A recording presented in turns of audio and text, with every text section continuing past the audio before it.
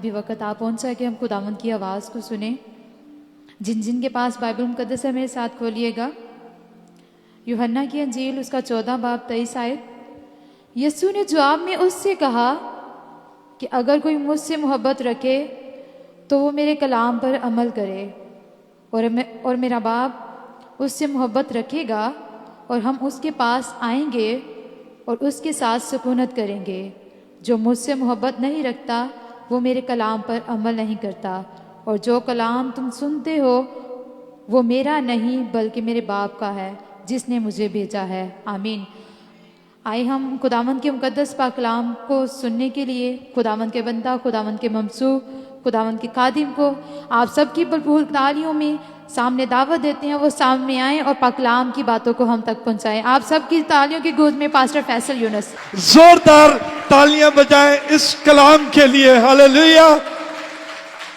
जो हमारे कदमों के लिए चिराग और हमारी राह के लिए रोशनी है। हालेलुया।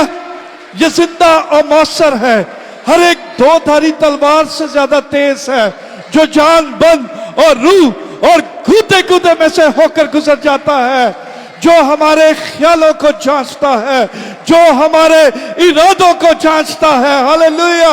जिससे कोई मखलूकात की चीज छुपी नहीं। हालेलुया।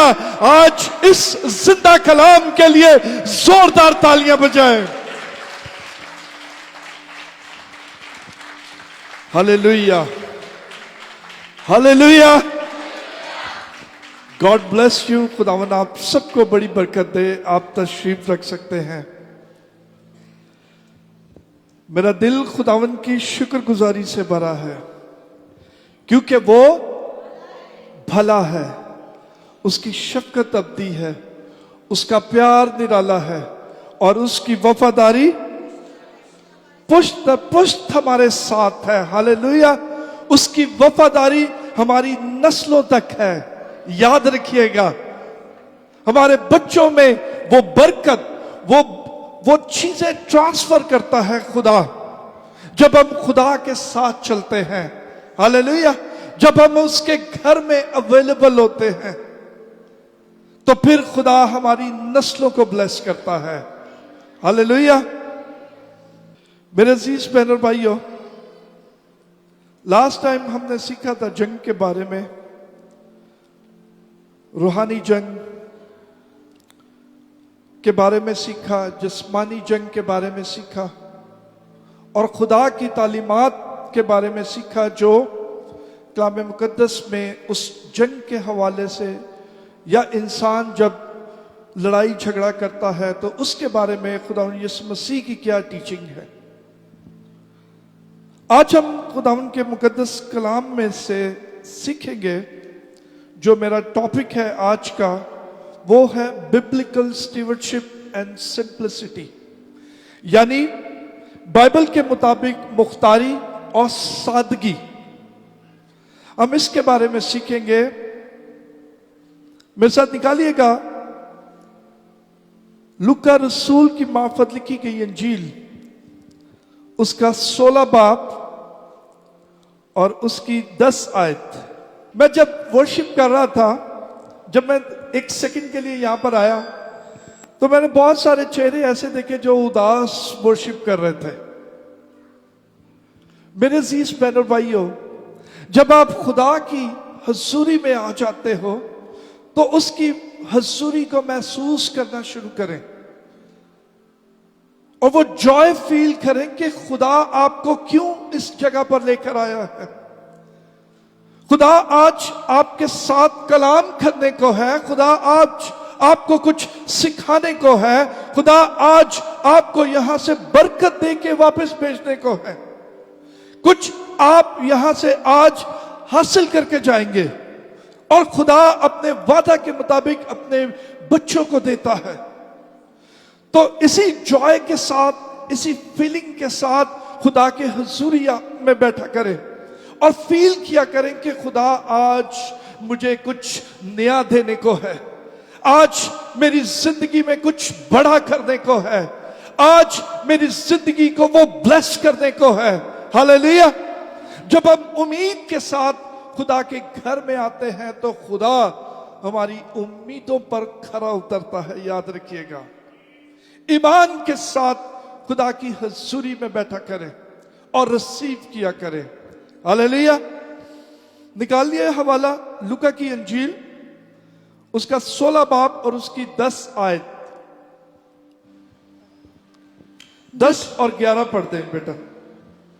जो थोड़े में दयानतदार है, जो थोड़े में दयानतदार है, वो बहुत में भी दयानतदार है, वो बहुत में भी दयानतदार है। दयानतदार है। और जो थोड़े में बददयानत है, जो थोड़े में बददयानत है, वो बहुत में भी बददयानत है। वो बहुत में भी बददयानत है। बस जब तुम नाराज दौलत में बस जब तुम नाराज दौलत में दयानतदार ना ठहरे, दयानतदार ना ठहरे, तो हकीकी दौलत कौन तुम्हारे सपुर्द करेगा। तो हकीकी दौलत कौन तुम्हारे सुपुर्द करेगा। आमीन। हालेलुया। खुदा उनके पाकलाम के पढ़े जाने और सुने जाने पर उसकी खास बरकत हो। मेरे अजीज बहन और भाइयों, आज का जिस तरह जो टॉपिक है वो है बाइबल के मुताबिक नेक इंतजाम और सादगी। खुदा ने हमें, याद रखिएगा, कि मुख्तार ठहराया है। खुदा ने हमें जो कुछ दिया है वो उसकी अमानत है। याद रखिएगा, खुदा ने हमें मालिक नहीं बनाया, खुदा ने हमें मुख्तार बनाया है। मुख्तार इंग्लिश में कहते हैं मैनेजर। मैनेजर बनाया है चीजें मैनेज करने के लिए, संभालने के लिए नहीं। हालेलुया। जिस तरह आज का जो मौजू है वो है बाइबल के मुताबिक नेक इंतजाम और सादगी के बारे में।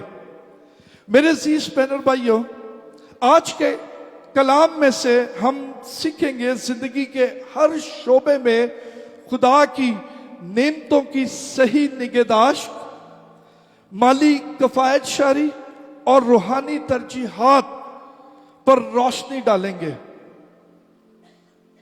आज का जो वास का जो मकसद है वो है खुदा ने हमें जो दौलत, रुपया, पैसा, वक्त, एबिलिटी, वसाइल जो दिए हैं वो किस तरह खुदा के जलाल के लिए हम इस्तेमाल कर सकते हैं।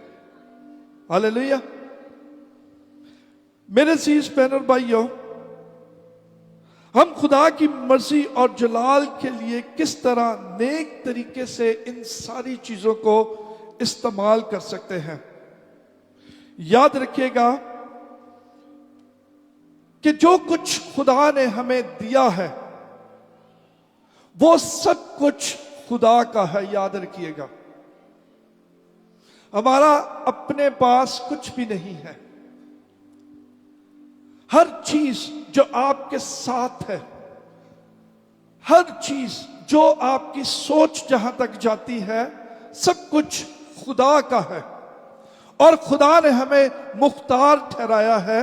खुदा ने हमें वो चीजें दी हैं कि हम उन चीजों को मैनेज करें।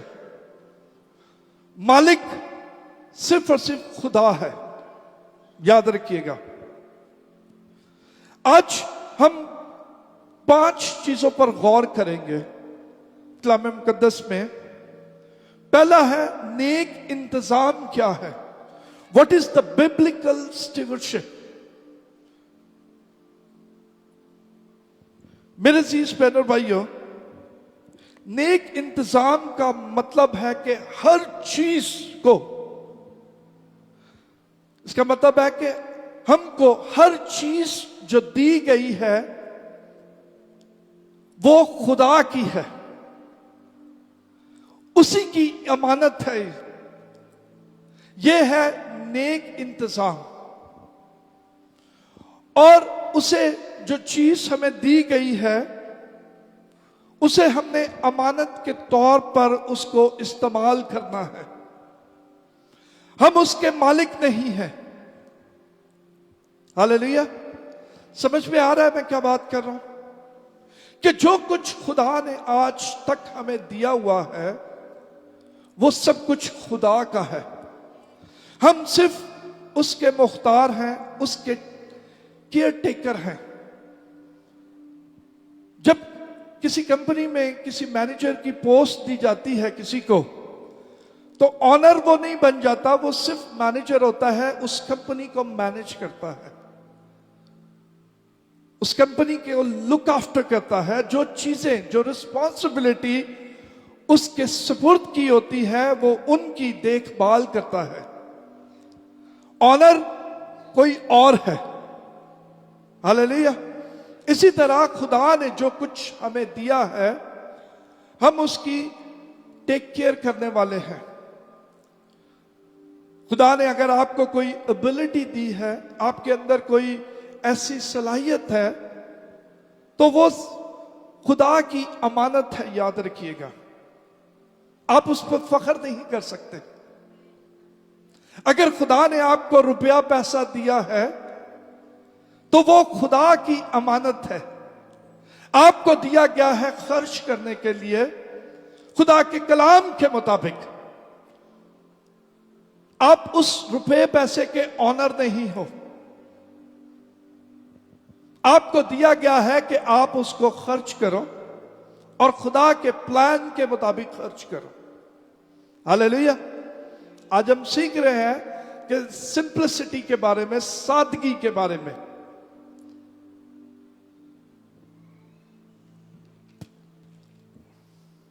मेरे साथ निकालिएगा ज़बूर 24, उसकी पहली आयत।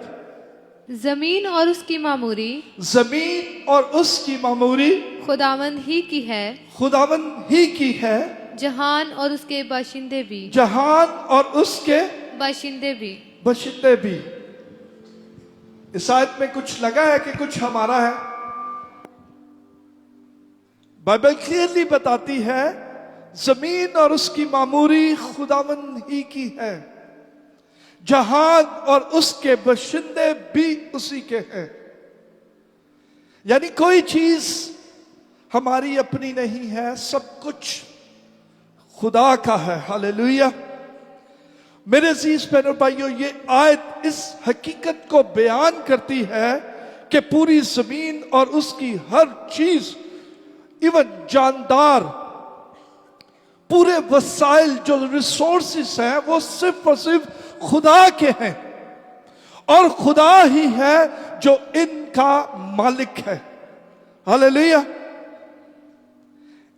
इंसान भी उसी का है, बाशिंदे भी उसी के हैं, जानवर, जानदार, जमीन पर जो भी खूबसूरती है, हर चीज खुदा की है। हमारा अपना कुछ नहीं है। इसीलिए इंसान इस दुनिया में मुसाफिर है। वो अपनी मुसाफत पूरी करता है और यहां से कूच कर जाता है। मेरे अजीज बहनों भाइयों,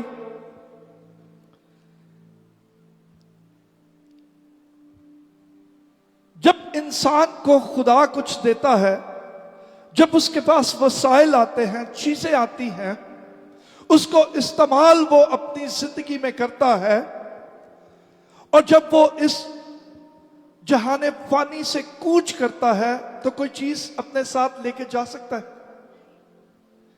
तो फिर हम क्यों उन चीजों के पीछे दौड़े, उन चीजों के पीछे भागे जो हमारी है ही नहीं। पहला तिमोथियस उसका 6 बाब और उसकी 7वीं आयत जरा बेटा पढ़ना है। क्योंकि ना हम दुनिया में कुछ लाए, क्योंकि ना हम दुनिया में कुछ लाए, दुनिया में कुछ लाए, और ना कुछ उसमें से ले जा सकते हैं। हालेलुया। बात ही खत्म। ना हम जब इस दुनिया में आए कुछ लेकर आए, और ना हमने जब जाना है तो कुछ लेके जाना है साथ। हालेलुया। तो हम किस चीज के लिए स्ट्रगल करें, किस चीज के लिए हम भागे दौड़ें, किस चीज को हम हासिल करें जो अबदी जिंदगी है। हालेलुया। ऐसा नहीं है कि खुदा हमें इस दुनिया में ऐसे ही छोड़ देगा? वो अपने बच्चों को अच्छे वसाइल, अच्छे रिसोर्सेस देता है कि वो इस दुनिया में रहते हुए हर चीज को एंजॉय करें। हालेलुया। मेरे अजीज बहनों और भाइयों, ये आयत जो है ज़बूर 24 की, ये हमें सिखाती है कि हमें अपनी जिंदगी में आजिज होना है, हमें अपनी जिंदगी में हम्बल होना है। हमने किसी चीज पर फख्र नहीं करना, क्योंकि हर चीज खुदा की है। हर चीज जो उसने बनाई है वो उसका मालिक खुदा है मेरे अजीजों। और ये आयत हमें खुदा पर भरोसा करना सिखाती है। जब हम इस आयत पर गौर करते हैं तो ये आयत हमें खुदा पर भरोसा करना सिखाती है कि जमीन की हर चीज खुदा की है, वसाइल उसके हैं, खूबसूरती उसकी है, दुनिया में हर चीज उसी की है, क्योंकि वो उसका मालिक है। हम सिर्फ और सिर्फ मुख्तार हैं, हम सिर्फ और सिर्फ केयर टेकर हैं चीजों को देखने के लिए। याद रखिएगा कि जब कोई मालिक कोई रिस्पॉन्सिबिलिटी किसी को देता है, जब वो पूरी नहीं करता तो वो उससे वो रिस्पॉन्सिबिलिटी ले लेता है। अगर कोई मैनेजर कंपनी में परफॉर्म ना करे, जिस पोस्ट के लिए उसे रखा जाए, और वो अपनी ड्यूटी में ईमानदार ना हो, वो अपनी ड्यूटी को अच्छे तरीके से ना करे, तो उसका मालिक क्या खुश होगा? कभी नहीं खुश होगा। वो उसको देखेगा, वॉच करेगा, उसे टाइम देगा कि शायद ये ऑनेस्ट हो जाए, शायद ये अपनी रिस्पॉन्सिबिलिटी जो उसे दी गई है उसको वो पूरा करना शुरू करे। लेकिन एक वक्त आता है कि जब वो देखता है कि ये दयानतदार नहीं है, ये रिस्पॉन्सिबिलिटी नहीं पूरी कर रहा, तो वो उससे वो पोजीशन वापस ले लेता है। इसी तरह खुदा भी करता है। खुदा जब अपनी खिदमत किसी को देता है, जब वो अपनी खिदमत में दयानतदार नहीं रहता, तो खुदा उससे उसकी खिदमत वापस ले लेता है और उस शख्स को दे देता है जो डिजर्व करता है।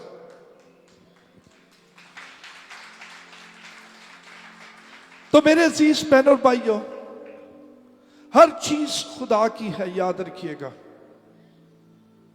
हम सिर्फ इस दुनिया में फॉर टाइम बीइंग यहां थोड़ी देर के लिए है, और जो कुछ आपको दिया जाता है आप ईमानदारी के साथ, ऑनेस्टी के साथ, सादगी के साथ अपनी लाइफ जो है वो बसर करें, ताकि खुदा के नाम को जलाल मिले आपकी जिंदगियों से।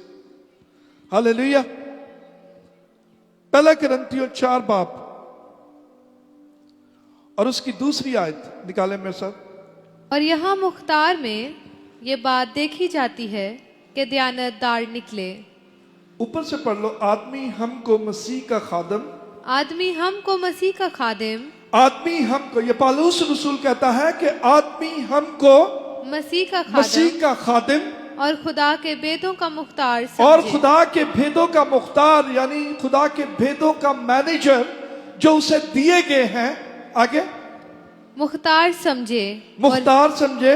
और यहाँ मुख्तार में ये बात देखी जाती है, यहाँ मुख्तार में ये बात देखी जाती है, यहाँ ये इस मैनेजर में ये बात देखी जाती है कि दयानतदार निकले, कि दयानतदार निकले। हालेलुया। मेरे अजीज बहनों और भाइयों, मुकद्दस पौलुस रसूल ने अपने आप को अक्सर मसीह का खादिम कहा है, और इसके जो लुग़वी माने हैं वो है मसीह का गुलाम। वो अपने आप को मसीह का गुलाम कहता है। अगर मालिक है तो उसका गुलाम अपनी मर्जी से कुछ कर सकता है? जो उसका मालिक उसे कहेगा गुलाम उसे वही करेगा। उसको करना पड़ेगा। अगर हम कहते हैं कि हम मसीह के गुलाम हैं, अगर हम कहते हैं कि हम मसीह के खादिम हैं, तो फिर जो कुछ इस कलाम में लिखा गया है, जो मसीह कहता है, हमें उस पर अमल करना है। अगर हम अमल नहीं करते तो हम खादिम नहीं है, हम गुलाम नहीं है।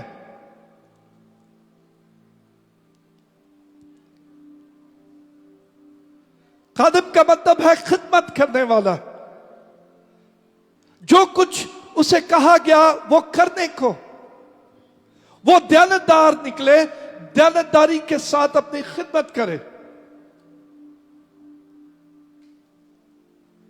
मेरे अजीज बहनों और भाइयों, याद रखिएगा कि खुदा ने हमें वसाइल का जो है, वो रिसोर्सेस का जो है, वो मालिक नहीं बनाया, बल्कि उसने हमें उन रिसोर्सेस का, उन वसाइल का मुहाफिज बनाया है कि हम उसकी हिफाजत करें।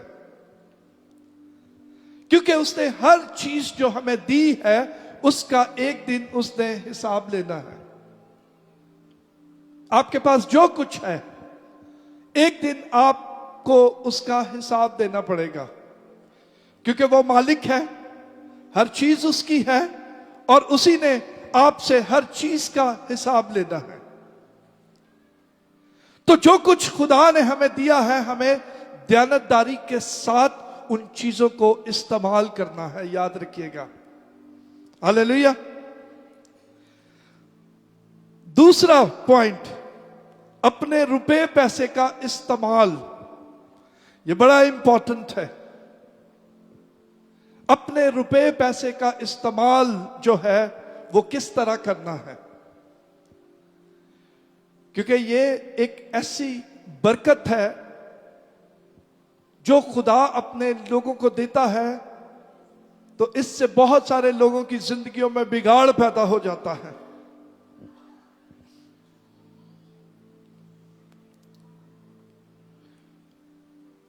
रुपए पैसे का इस्तेमाल।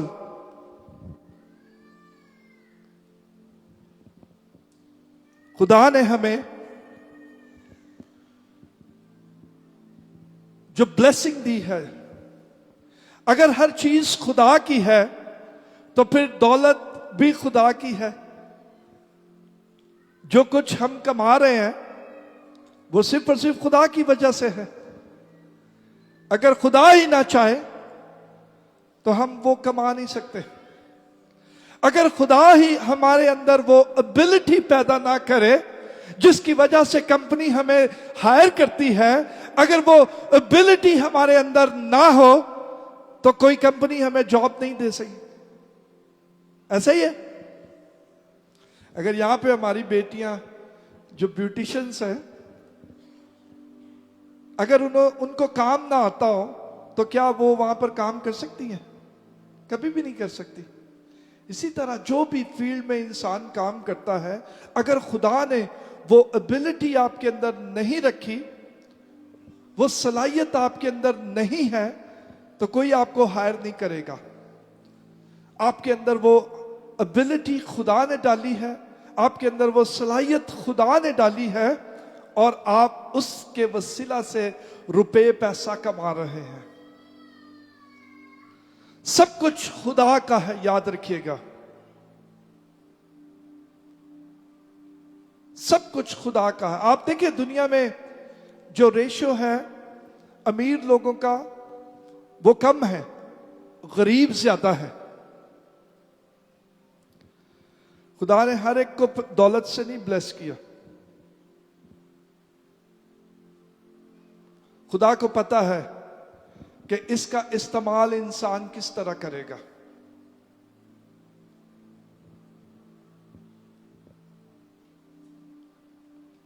रुपए पैसे का जो इस्तेमाल है वो है, पहला दायकी देना, फर्स्ट फ्रूट।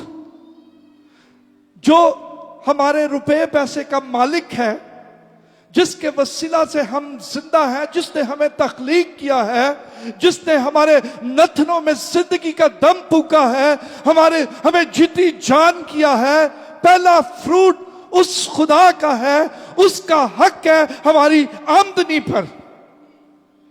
जो हम नहीं देते।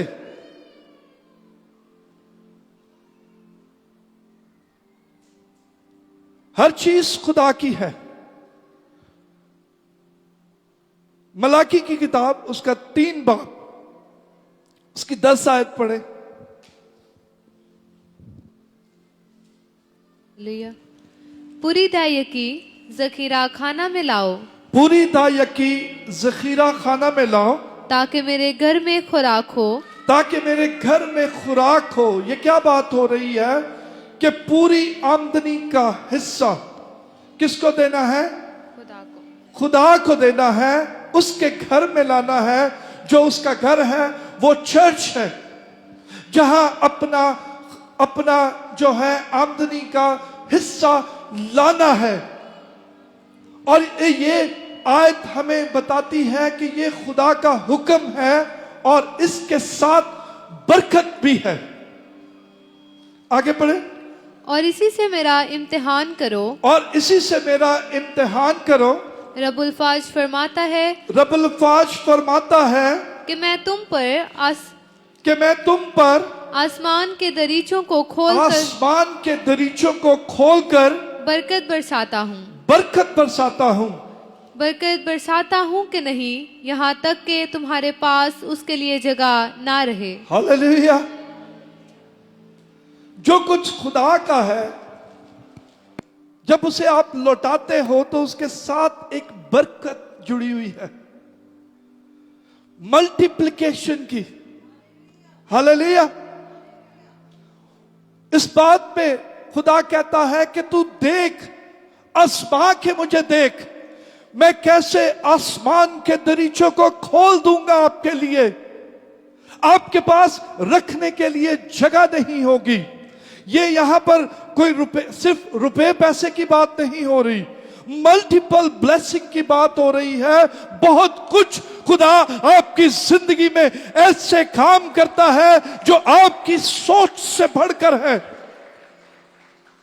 आपको तंदुरुस्ती देता है, आपको आपके बच्चे अच्छी एजुकेशन हासिल करते हैं, आपके बच्चों की अच्छी लाइफ गुजरती है, आपको अच्छा घर खुदा अता करता है, आपको अच्छा रोजगार अता करता है, आपको अच्छी फैमिली अता करता है। और भी आप अपनी जिंदगी में देखें, इस तरह कई बेशुमार बरकतें हैं जो खुदा ने आपकी जिंदगियों में दी हुई है। और कहता है कि खुदा आपके पास रखने के लिए जगह ना होगी। ये आगाज है जब आप अपना फर्स्ट फ्रूट खुदा की हजूरी में लाते हैं।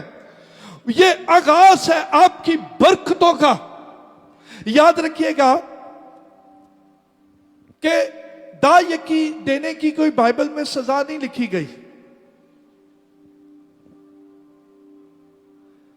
लेकिन अलबत्ता इसके नताइज जरूर है। ना देने की कोई सजा नहीं है, अगर नहीं देते तो कोई पनिशमेंट नहीं है, लेकिन अलबत्ता इसके नताइज जरूर है कि आप अपनी ब्लेसिंग खो देते हैं, बरकत को लूज कर देते हैं जो आपकी जिंदगी में खुदा ने दी होती है। मेरे अजीज बहनों और भाइयों, अगर हम इब्राहिम के बारे में देखें, इब्राहिम ने जो मूसवी शरीयत के दिए जाने से कोई 430 साल पहले अपना 10वां हिस्सा खुदा को दिया था। तब तो शरीयत भी नहीं थी, तब मूसा को शरीयत भी नहीं दी गई थी, हुक्म भी नहीं दिया गया था। और उससे पहले उसने अपनी दायकी जो थी वो मलकिसिदक को दी थी, खुदा ने यीशु मसीह को दी थी। तो कॉन्सेप्ट क्या था कि अपना पहला फल, फर्स्ट फ्रूट सबसे पहले खुदा को देना, ताकि खुदा आपके 90% फ्रूट के ऊपर हाथ रख के ब्लेस करे और वो आपके लिए इनफ हो। हालेलुया। दूसरा कुरिन्थियों 9 बाब 7 आयत। जब अपना फ्रूट देना है तो किस तरह देना है? खुशी से, लाचारी से नहीं, मजबूरी से नहीं, खुशी से। क्योंकि बनी इस्राएल कौम जो थी वो अपना 10वां हिस्सा इसलिए दिया करते थे कि वो इस बात पर ईमान रखते हैं कि जो कुछ भी इस दुनिया में खुदा हमें देता है ये सब कुछ उसी का है। अगर वो ना दे तो फिर हम कुछ नहीं कर सकते। जो कुछ भी वो करता है, देता है, हम उसकी शुक्रगुजारी के तौर पर खुदा के घर में उसका हिस्सा देते हैं। ये उनका शुक्रगुजारी का अमल है कि वो थैंक्स करते हैं कि खुदा जो कुछ तूने मुझे दिया इस बात के लिए मैं तेरी शुक्रगुजारी करता हूं। अगर तू ना देता तो मैं क्या करता, लेकिन तूने मुझे दिया है, हम इस बात के लिए तेरी शुक्रगुजारी करते हैं और तुझे देते हैं। ये समझकर नहीं कि तू इसे मल्टीप्लाई करेगा, ये समझकर क्योंकि तू डिजर्व करता है, क्योंकि तूने हमें सब कुछ अता किया है हमारी जिंदगियों में। हालेलुया।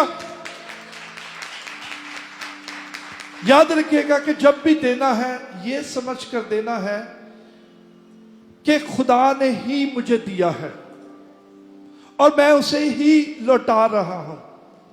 ये मेरा नहीं है जो मैं उसे अपना दे रहा हूं, ये उसी का है और मैं उसी को वापस लौटा रहा हूं ताकि उसके घर में खुराक हो। हालेलुया। पढ़े तिमन। जिस कदर हरेक ने अपने दिल में ठहराया है उसी कदर दे, ना दरेक करके और ना लाचारी से, क्योंकि खुदा खुशी से देने वाले को अजीज रखता है। हालेलुया। आमीन। देना है तो मजबूरी से नहीं, लाचारी से नहीं, देना है तो खुशी से देना है। इस बात के लिए देना है कि खुदा तेरी शुक्रगुजारी हो। जो कुछ भी मैं आज हूं वो तेरी बदौलत हूं, जो कुछ मेरे अंदर है वो तेरी वजह से है। अगर मैं जिंदा हूं तो तेरी वजह से, मेरी सांसें अगर चल रही हैं तो वो सिर्फ और सिर्फ तेरी वजह से। जो कुछ भी मैं कमा रहा हूं वो तेरी वजह से। अगर मेरे हाथ पांव तंदुरुस्त ना होते तो मैं कमाता ना। तेरी तंदुरुस्ती के लिए शुक्रगुजारी हो। जब आप देने के लिए सोचे तो कई मल्टीपल रीजंस हैं जो खुदा ने आपकी जिंदगी में किए हैं। मेरे अजीजों, आप सोच कर देखें कि क्या क्या खुदा ने आपकी जिंदगी में किया है। आपका हदिया छोटा पड़ जाएगा, आपके रुपए पैसे छोटे पड़ जाएंगे उसकी बरकतों के आगे।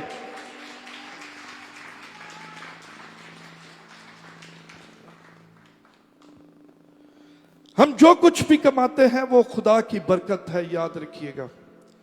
खुदा चाहता है कि हम दिल खोल कर दें ताकि दूसरों की जरूरियात पूरी हो। जब आप अपना रुपया पैसा खुदा के घर में बोते हो तो खुदा के घर से बहुत काम होता है, याद रखिएगा।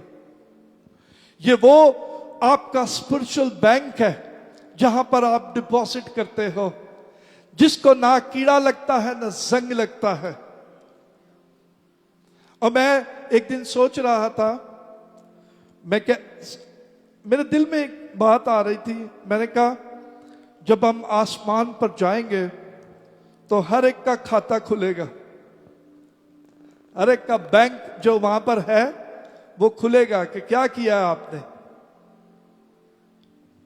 तो याद रखिएगा कि हमारा जो स्पिरिचुअल बैंक है उसके अंदर भी कुछ डिपॉजिट करना है आपने।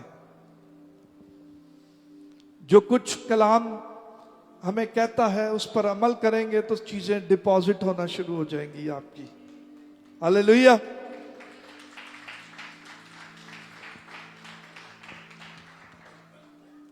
दुनियावी बैंक में तो हम जाते हैं फटाफट डिपॉजिट करने के लिए, ऐसा ही है,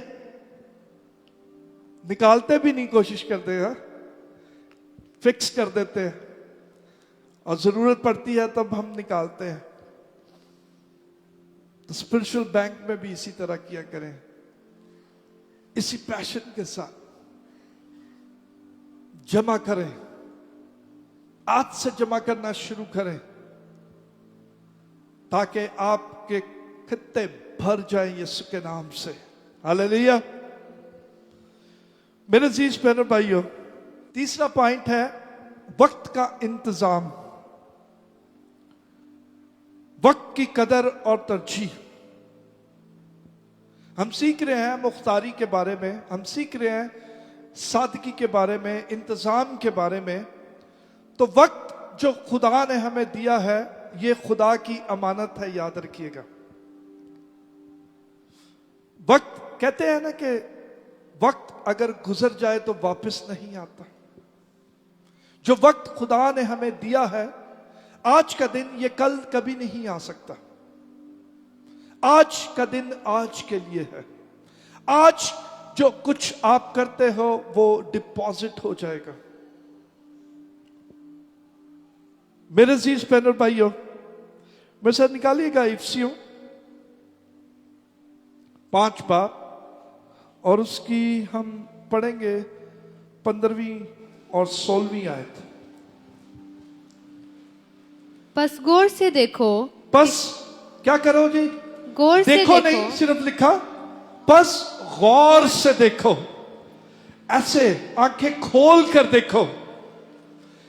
कभी कभी हम गौर से देखते हैं ना किसी चीज को, ऐसे आंखें लगा के कि ये क्या चीज है। कलाम कहता है कि गौर से देखो। सिर्फ देखो नहीं, वो इस बात पर जोर देता है कि गौर से देखो। जैसे भाई यकूब मुझे देख रहे हैं गौर से, है ना? ऐसे देखना है। आगे कि किस तरह चलते हो, कि किस तरह चलते हो। गौर से देखना है कि मैं किस तरह चलता हूं। यानी मैं अगर मसीह के साथ चलता हूं या दुनियावी जिंदगी में चलता हूं, अपने आप को गौर से देखना है कि आया मैं खुदा के कलाम के मुताबिक अपनी जिंदगी बसर करता हूं या नहीं। आगे, नादानों की तरह नहीं, नादानों की तरह नहीं, बल्कि दानाओं की मानित चलो। बल्कि दानाओं की मानिंद चलना है। हालेलुया। हालेलुया। नादानों की तरह नहीं जो अहमक हैं, जो नहीं जानते कि वो अबदी जिंदगी में दाखिल होंगे या नहीं, बल्कि कलाम फरमाता है कि दानाओं की तरह जो अक्लमंद है। याद है मैंने पिछले कलाम में सिखाया था कि जो दानाओं के साथ चलता है वो दाना होगा, और जो अहमक के साथ चलता है वो हलाक होगा। आगे, और वक्त को गनीमत जानो, और वक्त को गनीमत जानो, क्योंकि दिन बुरे हैं। दिन बुरे हैं। आगे, इस सबब से नादान ना बनो, इस सबब से नादान ना बनो, बल्कि खुदावन की मर्जी को समझो कि क्या है। बल्कि खुदावन की मर्जी को समझो कि क्या है। हालेलुया। वक्त को गनीमत जानो। ये वक्त जाया करने के लिए नहीं दिया गया खुदा ने। अगर हफ्ते में एक दफा चर्च आना होता है तो पूरे वक्त को इस्तेमाल करें। याद रखिएगा, पूरी जो वक्त खुदा ने इस इबादत का मुकर्रर किया है, तो पूरे वक्त को एंजॉय करें मेरे अजीजों।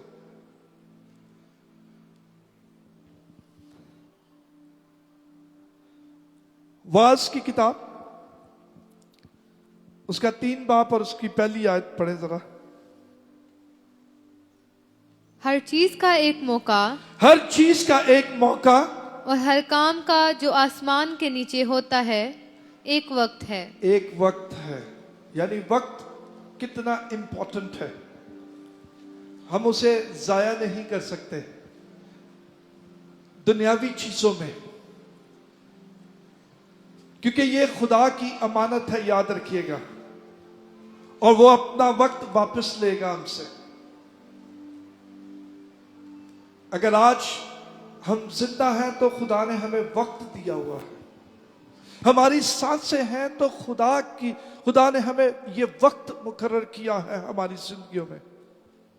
आज हम अगर किसी उम्र के इस हिस्से में पहुंचे हैं तो ये खुदा की बदौलत, क्योंकि उसने हमें ये वक्त दिया है ताकि हम इस वक्त को जाया ना करें।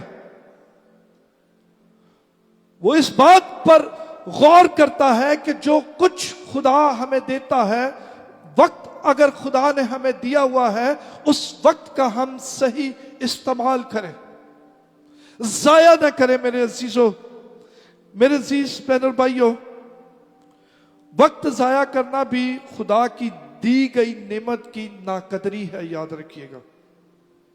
जब हम वक्त को जाया करते हैं तो खुदा की नेमत की नाकदरी करते हैं, ऑनर नहीं करते जो वक्त खुदा ने हमें दिया है। चौथा पॉइंट, सादगी, दुनियादारी और फजूल खर्ची से परहेज करना। सादगी, दुनियादारी और फजूल खर्ची से परहेज करना। सादगी का मतलब है कि जिस्मानी ख्वाहिशात के खिलाफ लड़ना। ये वो सादगी की बात नहीं कही कि कपड़े भी फटे पुराने पा लेने, नो नो नो। सादगी का मतलब है कि अपनी जिस्म की ख्वाहिशात के खिलाफ मज़ामत करना। आप बाइबल उठा के देखें, पुराने आयतनामे में जितने भी नबी थे वो उस दौर के अमीर तरीन शख्स हुआ करते थे। यहां इस बात को नहीं कहा जा रहा कि आप सादे किसी तरह बन जाए। सादे का मतलब है कि आप जिस्मानी ख्वाहिशात की मज़ामत करें, जिस्मानी ख्वाहिशात को पूरा ना करें, बल्कि रूहानी ख्वाहिशात के ताबे हों। हालेलुया। पहला तीमुथियुस उसका 6 बाब और उसकी 6 से लेकर आप पढ़ दे, 6 से 8 तक पढ़ दे। पौलुस रसूल तीमुथियुस को क्या कहता है, पढ़े जरा। हाँ, दीनदारी कनायत के साथ, हाँ, दीनदारी कनायत के साथ बड़े नफा का जरिया है, बड़े नफा का जरिया है। क्योंकि ना हम दुनिया में कुछ लाए, क्योंकि ना हम दुनिया में कुछ लाए और ना कुछ उसमें से ले जा सकते हैं, ना कुछ उसमें से ले जा सकते हैं। लिखा है कि, शुरू से पढ़े फिर एक दफा। हाँ, दीनदारी कनायत के साथ, हाँ, दीनदारी कनायत के साथ बड़े नफा का जरिया है, बड़े नफा का जरिया है। क्योंकि ना हम दुनिया में कुछ लाए और ना कुछ उसमें से ले जा सकते हैं। 8वीं आयत, बस अगर हमारे पास खाने पहनने को है तो उसी पर कनायत करें। हालेलुया। हालेलुया। बाइबल क्या कहती है कि अगर हमारे पास खाने पहनने को है तो उसी पर कनायत करें। जो कुछ, इसका मतलब है कि जो कुछ खुदा ने हमें दिया है उसी पर सब्र शुक्र करें। जब हम सब्र शुक्र करते हैं तो खुदा हमें बढ़ाता है। पहली आयत में जब हमने पढ़ा लूका की अंजील उसका 16 बाब उसकी 10 आयत में, जो थोड़े में दयानतदार है वो ज्यादा का मुख्तार होगा। जो कुछ खुदा ने हमें दिया है, जो कुछ भी हमारे पास है, हम उसी पर कनायत करें। आगे 9वीं आयत पढ़े जरा। लेकिन जो दौलतमंद होना चाहते हैं, सुने, बहुत सारे लोगों की ख्वाहिश है, लेकिन जो दौलतमंद होना चाहते हैं वो ऐसी आजमाइश और फंदे और बहुत सी बेहुदा और नुकसान पहुंचाने वाली ख्वाहिशों में फंसते हैं। याद रखिएगा। आगे, जो आदमियों को तबाही और हलाकत के दरिया में गर्क कर देती हैं।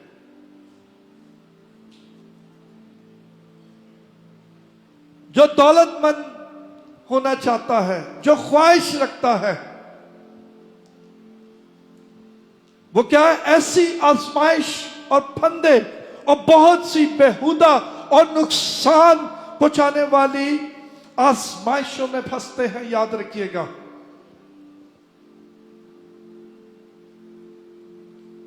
ऐसा ही है, बाइबल सही कह रही है। जब आप दौलत हासिल करना चाहते हो तो बहुत सारी ऐसी बेहुदा ख्वाहिशात में फंसते हैं, बहुत सारी ऐसी चीजों में उलझ जाते हैं जो कलाम कहता है कि तबाही की तरफ जाती है। आगे, क्योंकि जर की दोस्ती हर किस्म की बुराई की जड़ है, जिसकी जर की दोस्ती हर किस्म की बुराई की जड़ है, बुराई की जड़ है, जिसकी आरज़ू में बाज ने ईमान से गुमराह होकर अपने दिलों को तरह तरह के गमों से छलनी कर लिया। आमीन। समझ आए? जर की दोस्ती हर किस्म की बुराई की हर जड़ किस्म है, की बुराई की जड़ है। की जड़ है।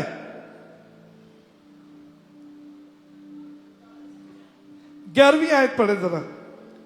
मगर आए मर्दे खुदा, मगर ए मर्दे खुदा, तू इन बातों से भाग। अब तिमोथियस को लिखता है पौलुस रसूल, है मर्दे खुदा तू इन बातों से भाग जो दौलत की ख्वाहिश रखते हैं, जो बुरी आदतों में फंसते हैं, जो जर की दोस्ती रखते हैं। कहता है मर्दे खुदा तू इन सब चीजों से भाग। आगे, और रास्तबाजी, और रास्तबाजी, दीनदारी, दीनदारी, ईमान, ईमान, मोहब्बत, मोहब्बत, सबर और हिल्म सबर का और हिल्म का तालिब हो। हालेलुया। हमारा फोकस इन चीजों के ऊपर होना चाहिए, इन चीजों को हासिल करने के लिए होना चाहिए।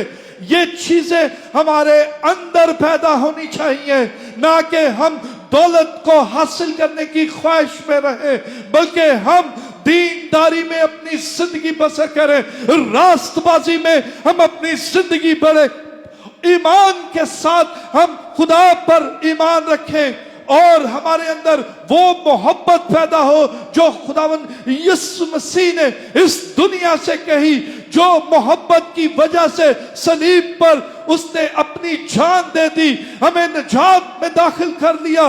वो मोहब्बत जो अगापे मोहब्बत है, जो बेलौस है, जो लाजवाल मोहब्बत है, जो इंसान से उसने की, आपके अंदर वो मोहब्बत होनी चाहिए। हालेलुया। आपके अंदर वो सब्र होना चाहिए जो हमारे खुदावंद यीशु मसीह में था। उसने दुख उठाकर कुछ नहीं कहा, उसके मुंह पर थूका गया, लेकिन उसने अपनी जुबान नहीं खोली। वो सब्र के साथ उस सूली पर चढ़ गया हमारे और आपके गुनाहों के लिए, लेकिन उसके अंदर वो सब्र था, उसके अंदर वो कामलियत थी। वो चाहता है कि हमारे अंदर भी वो सब्र पैदा हो। हालेलुया। हम इन सारी चीजों के ख्वाहिशमंद हों, ना कि दौलत हासिल करने की ख्वाहिश हो हमारे अंदर। कलाम फरमाता है पहले ढूंढो उसकी बादशाही तो ये सारी चीजें तुम्हें इनाम में दे दी जाएंगी। हालेलुया। जब आपके अंदर ये चीजें हो जाती हैं, पैदा हो जाती हैं इस कलाम के जरिए, तो तब खुदा आपकी जिंदगी बरकतों से माला माल कर देता है। हालेलुया। याद रखिएगा कि खुदा रुपया पैसा तभी देता है जब आप उसके रुपए पैसे में ध्यानदार होते हो, वरना जरूरत की चीजें जो रोजमर्रा की जिंदगी गुजारने के लिए चीजें हैं वो सबके पास है। वो हर एक को जो भी इस दुनिया में है इंसान उसको देता है, क्योंकि ये उसका प्रॉमिस है, क्योंकि उसी ने इंसान को तख्लीक किया है। कलाम मुकद्दस में लिखा है, देखो इन परिंदों को, ना वो काटते हैं ना बोते हैं, लेकिन फिर भी खुदा उनको मुहैया करता है। हालेलुया। तो क्यों करना, खुदा हमें देगा, ये उसका प्रॉमिस है। आप काम भी ना करें, आपको रोटी मिल जाएगी खाने के लिए, जिंदा रहने के लिए आपको खुराक मिल जाएगी। लेकिन जो बरकतों वाली जिंदगी है वो सिर्फ और सिर्फ खुदा पर ईमान रखने से, उसके कलाम को पढ़ने से, उस पर अमल करने से वो ही मिलती है। आमीन। मेरे अजीज बहनों और भाइयों, सादगी हमें दुनिया की दौड़ से आजाद करती है, याद रखिएगा। सादगी हमें दुनिया की दौड़ से आजाद करती है। जब हम सादगी से अपनी जिंदगी बसर करते हैं, जब हम जिस्म की ख्वाहिशात को तर्क करते हैं, तो फिर हम जिंदगी दुनिया की दौड़ से अलग हो जाते हैं, आजाद हो जाते हैं।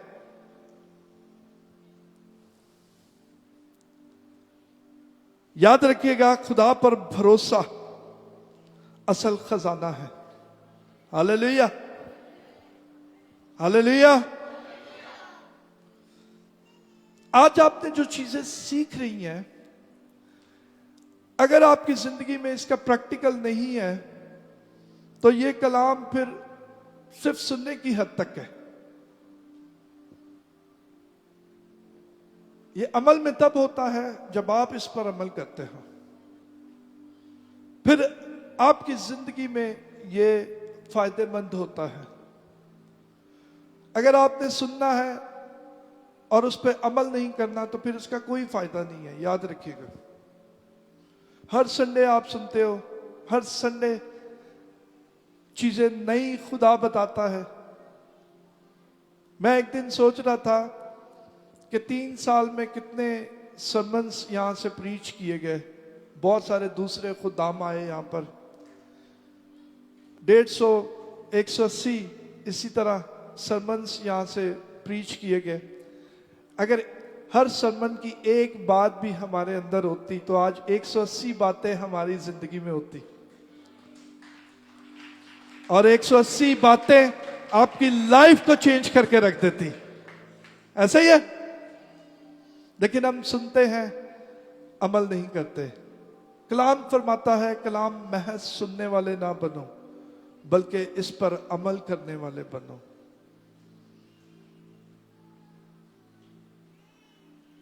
खुदा अपने बंदा को तैयार करता है, उसके मुंह में अपना कलाम डालता है, वो इसलिए कि आप इसको सुने और इस पर अमल करें। मेरे अजीजों, 5वां और आखिरी पॉइंट,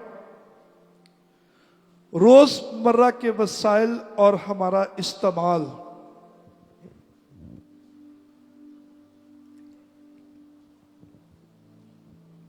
हम बहुत सारी चीजों को जाया भी करते हैं। याद रखिएगा, रोजमर्रा की जो चीजें हैं हम उनको उसका मिसयूज करते हैं। अगर खुदा ने हमें मुख्तार बनाया है, अगर खुदा की हर चीज है, तो फिर हमें उसका इस्तेमाल किस तरह करना चाहिए?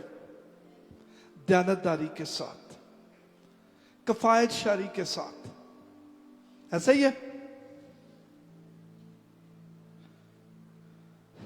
निकाले मेरे साथ इमसाल 21 बाब और उसकी 20 आयत। कीमती खजाना लिखा है कि कीमती खजाना और तेल दानाओं के और घर में तेल है, दानाओं के घरों में है, लेकिन अहमक उनको उड़ा देता है। अहमक उनको उड़ा देता है। उड़ा देता है।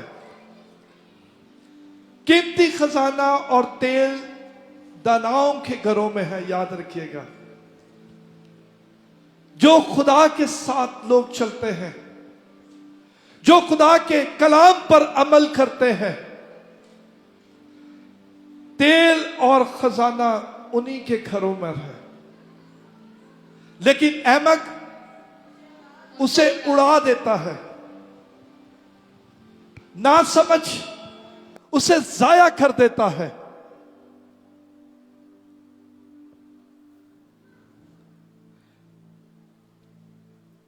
मेरे अजीज बहन और भाइयों, रोजमर्रा के इस्तेमाल में हमारी खुराक आती है, हमारे कपड़े आते हैं, इलेक्ट्रिसिटी, वाटर आता है। बहुत सारे घरों में इसका बेदरेग इस्तेमाल होता है। घरों में एसी चल रहे हैं, घर पे कोई भी नहीं है, मिस यूज। पानी का टैप खोला है तो पानी मुसलसल बह रहा है और खुद फोन पे बातें कर रहे हैं, मिस यूज। खुराक खानी है तो इतना सारा खाना मंगवा लेना है, बाकी जाया करना है, मिस यूज। तो मेरे अजीज बहनों भाइयों, ये सारी चीजें खुदा की तरफ से हैं, याद रखें। जितनी आपकी जरूरत है उतना इस्तेमाल करें, क्योंकि खुदा ने इन सारी चीजों का हिसाब लेना है। याद रखिएगा, जो कुछ आप अपनी जिंदगी में करते हैं, जिस तरह भी आप करते हैं, कोई भी चीज अगर आप अपनी जिंदगी में इस्तेमाल करते हैं, खुदा ने एक दिन आपसे उसका हिसाब लेना है। आमीन। ईसाया 55 इसमें लिखा है, क्यों उस चीज के लिए रुपया खर्च करते हो जो रोटी नहीं। कलाम मुकद्दस में रोटी किसको तशबीह दी गई है? खुदावन यीशु मसीह को। वो कहता है कि जिंदगी की रोटी मैं हूं। हालेलुया। लिखा है कि क्यों हम अपना रुपया ऐसी चीजों पर खर्च करते हैं जो रोटी नहीं है। हमारे पास अगर रुपया पैसा है, दौलत है, हम ऐसी चीजों पर उसे खर्च करते हैं जो हमें अबदी मौत की तरफ लेके जाती है। वो रोटी नहीं है, वो जिंदगी नहीं है। कलाम हमें कहता है कि अपने रुपए पैसे को ऐसी जगह पर खर्च ना करो जो रोटी नहीं है, जो जिंदगी नहीं है। आमीन।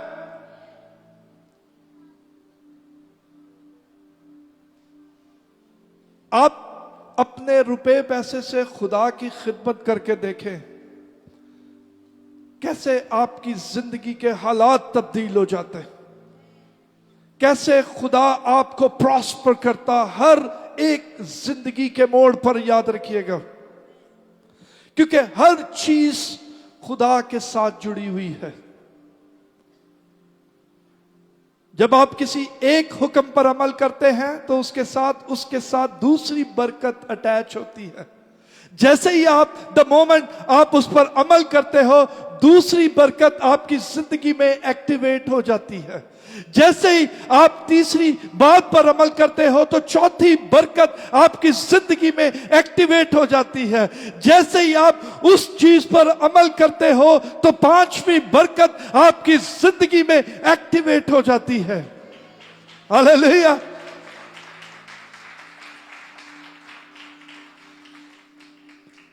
हर जो बात कलाम मुकद्दस में लिखी है वो बरहक है। याद रखिएगा, खुदा के वादे हां के साथ है, उसके वादे सच्चे हैं, उसके वादे अटूट हैं। जो कुछ उसने इसमें लिख दिया है वो होना जरूर है। याद रखिएगा, जब हम कहते हैं कि तेरे कोड़े खाने से हमने शिफा पाई है, तो हम शिफा पा जाते हैं। हालेलुया। जब हम कहते हैं तेरे मार खाने से हमने शिफा पाई है, तो हम शिफा पा जाते हैं। तेरे लहू बहाने से हमने कसरत की जिंदगी पाई है, तो हम कसरत की जिंदगी पाते हैं। हालेलुया। मेरे अजीज बहन और भाइयों,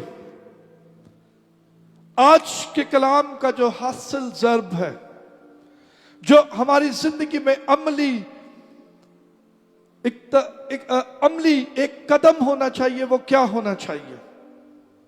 आज जो कुछ भी हमने सीखा है वो है, पहला, हर चीज को खुदा की अमानत समझे।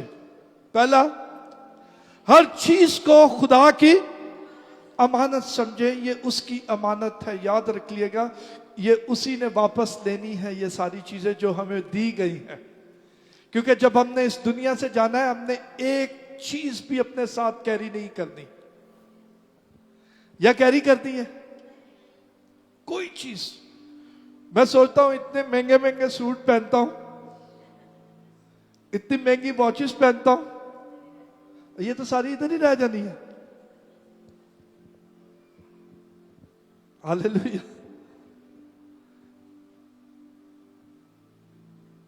मेरे अजीज बहनों भाइयों, संजीदगी से सोचने की जरूरत है, याद रखिएगा। दूसरा, अपनी आमदनी से खुदा के लिए अपनी दायकी दें ताकि दूसरों की मदद हो सके।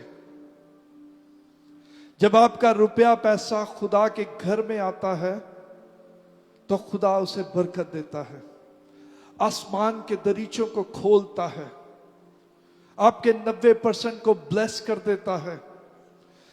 इससे बहुत सारी बरकतें जुड़ी हुई हैं, याद रखिएगा। द मोमेंट आप देना शुरू करते हो, मल्टीप्लिकेशन होनी शुरू हो जाती है आपकी लाइफ में। हालेलुया। वक्त का मंसूबा बनाएं, वक्त जो आपको दिया गया है, प्लान बनाएं कि मैंने वक्त को किस तरह डिस्ट्रीब्यूट करना है। बाइबल पढ़ें, मुताला करें, दुआ करें, खिदमत करें। हालेलुया। गैर जरूरी खरीदारी से परहेज करें। सिस्टर सारा बहुत हंस रही है। वो तो मेरे ख्याल से सिर्फ संडे को इधर ही आती हैं, बाकी तो और कहीं जाती भी नहीं है। वो उनका फोकस ही है, बस उनकी एक ही एक्टिविटी है, सिर्फ चर्च आना, और वो कहीं पे भी नहीं जाती। सोचे, और वो ग्रुप में 4-5 दफा दुआ भी करती हैं। इनके लिए जोरदार तालियां बजाएं। उनकी सिर्फ एक एक्टिविटी है कि मैंने खुदा के घर में जाना है, बाकी वो 6 दिन मुसलसल काम करती हैं, उधर ही रहती हैं। बहुत सारे लोग कितने लकी हैं, पूछे उन लोगों से जिनके पास ऐसे वसाइल नहीं है, उसके बावजूद उनकी शुक्रगुजारी उन लोगों से बढ़कर है। हालेलुया। और मैं ईमान रखता हूं कि खुदा ऐसे लोगों को बहुत ज्यादा बरकत देगा, ऐसे लोगों को खुदा अपने जलाल के लिए बढ़ाएगा। हालेलुया। कनात पसंदी और शुक्रगुजारी की आदत बनाएं, कफायत शारी करें। सिस्टर भी हंस रही है। लेडीज ज्यादा थोड़ा सोच रही है, हा? क्यों आप लोग नहीं करते? शादियां भी बहुत करती है। 2 दिन सानू पुराना ही खाना खुआ छड़ दिया। अच्छी बात है, हम भी कहते हैं। यकीन करें, हम अगर रोटी अगर ऑर्डर करते हैं तो अगर हमारे घर में 2 दिन पड़ी होती है, हम दोनों वो ही खाते हैं ना। मेरा मतलब वही है कि रात को अगर मंगवाई है तो कल भी हम खा लेते हैं उसी को गर्म करके। कोई भी चीज पड़ी है उसको फेंकना नहीं है, जाया नहीं करना। हम जानते हैं इस बात को कि इसी के लिए इंसान इतनी मेहनत करता है, भाग दौड़ करता है। अगर इसी की हम कदर नहीं करेंगे तो खुदा हमारी भी कदर नहीं करेगा। हालेलुया। आइए अपने कदमों पे खड़े हों। खुदावन इस कलाम के वसीला से आप सबको बड़ी बरकत दे।